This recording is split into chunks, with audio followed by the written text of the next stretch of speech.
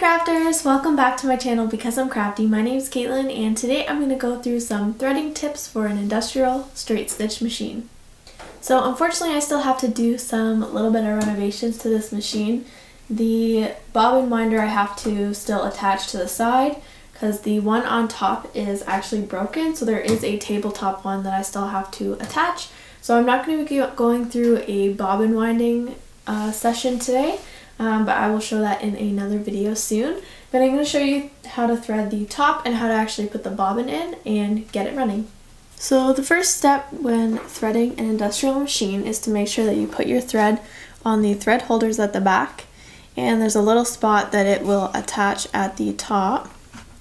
So your thread will come up and around the pole at the top and back down over to the top of your machine. So once you've got your thread coming from the back, you're going to come to this little section here.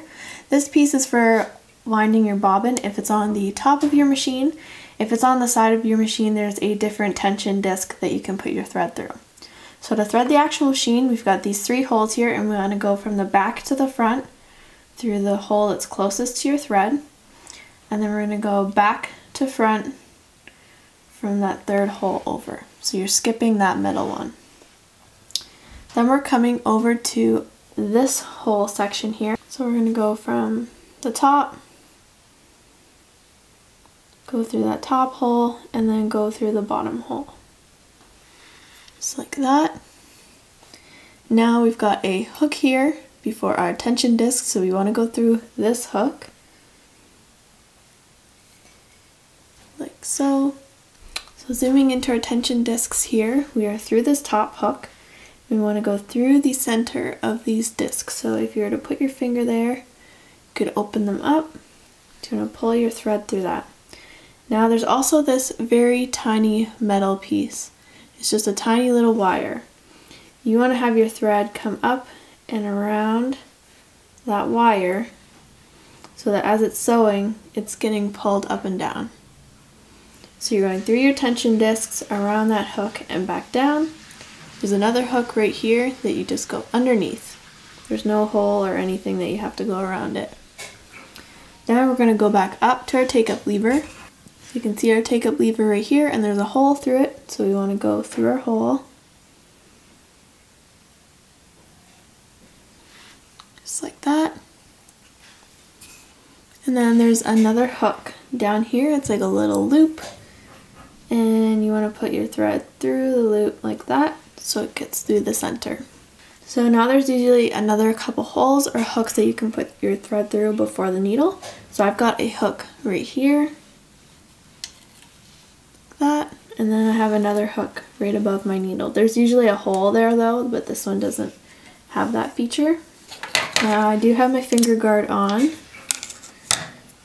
but you're going to thread your needle left to right because your bobbin is on the side of your machine. So the hole or the eye of your needle always faces your bobbin.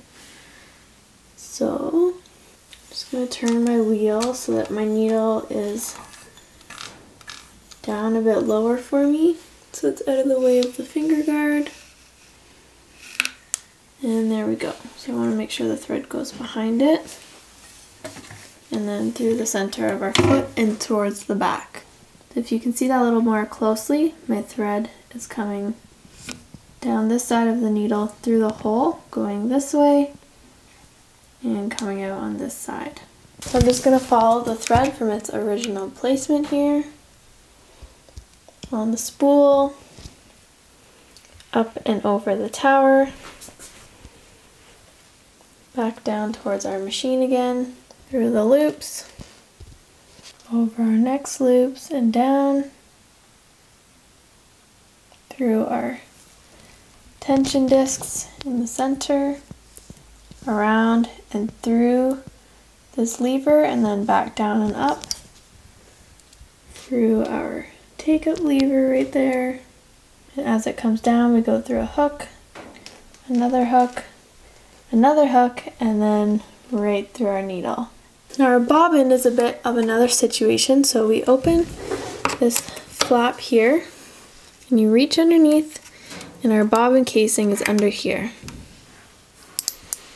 So it's very similar to a domestic, and that it has a separate casing. It just looks a little bit different. So it doesn't have that hooky part like a domestic, but it still has this kind of lock feature on it.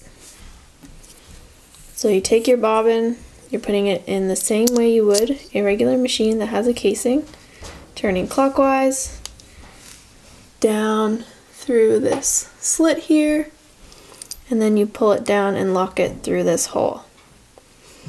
Then you want to hold open your flap, locks your bobbin in, and you want to insert it the same way you would a domestic, and you want to bring it up in the same format as a domestic as well.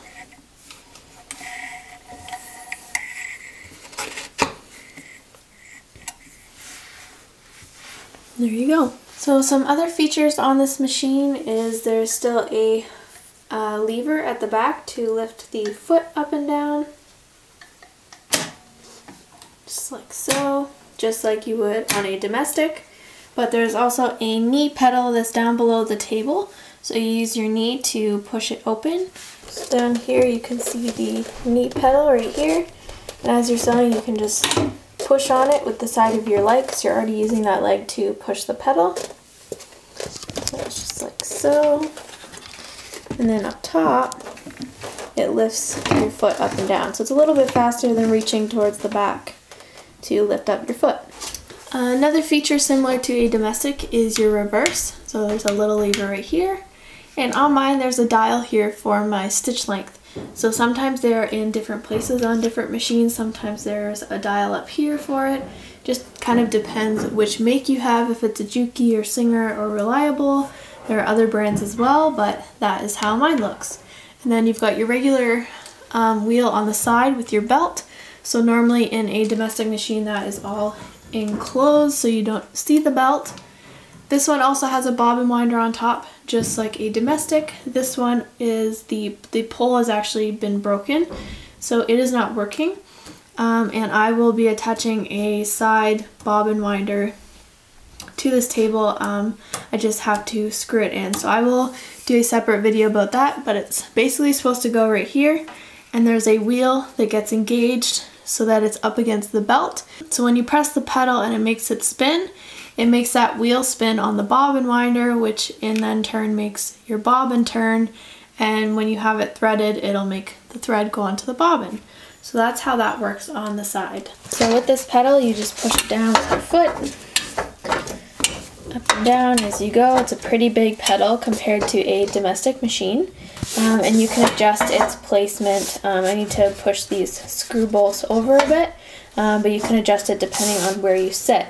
Now the reason why I don't have it running right now to show you is because it's very loud, and having to explain what's going on while I have this loud noise in the background doesn't really work for a video. So that is basically all you do with the pedal. So I just wanted to give you guys a little bit of reference between the industrial foot and the domestic foot. So this is what most of them look like for a domestic. So you can tell it is a lot smaller, and again, you just press it the same with your foot.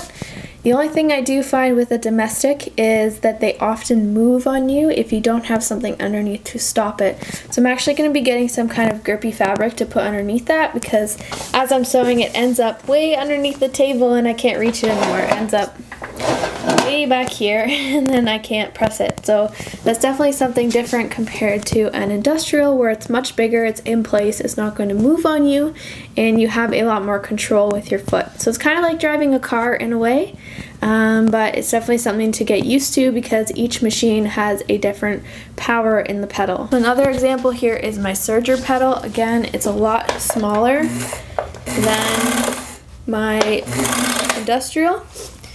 And this is the pedal for the industrial on my cover stitch machine.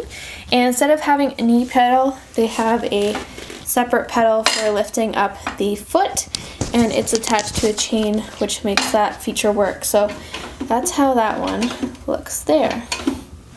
So as you can see, that most features with a straight stitch machine are very similar to a domestic. There's just different placements, it's much bigger, and it's much more powerful. So if you want to see any more specific tutorials, I do have a few in mind that I plan to do. But if you have any ideas, let me know down in the comments below and I'll definitely add that to my list. So if you learned a tip or two or enjoyed this video, make sure to give it a thumbs up and subscribe before you leave so you don't miss out on any future videos. And make sure to check out Instagram and Facebook where I usually post first. So in case you're missing my video uploads, you can get a notification from there as well. See you next time, crafters. Bye!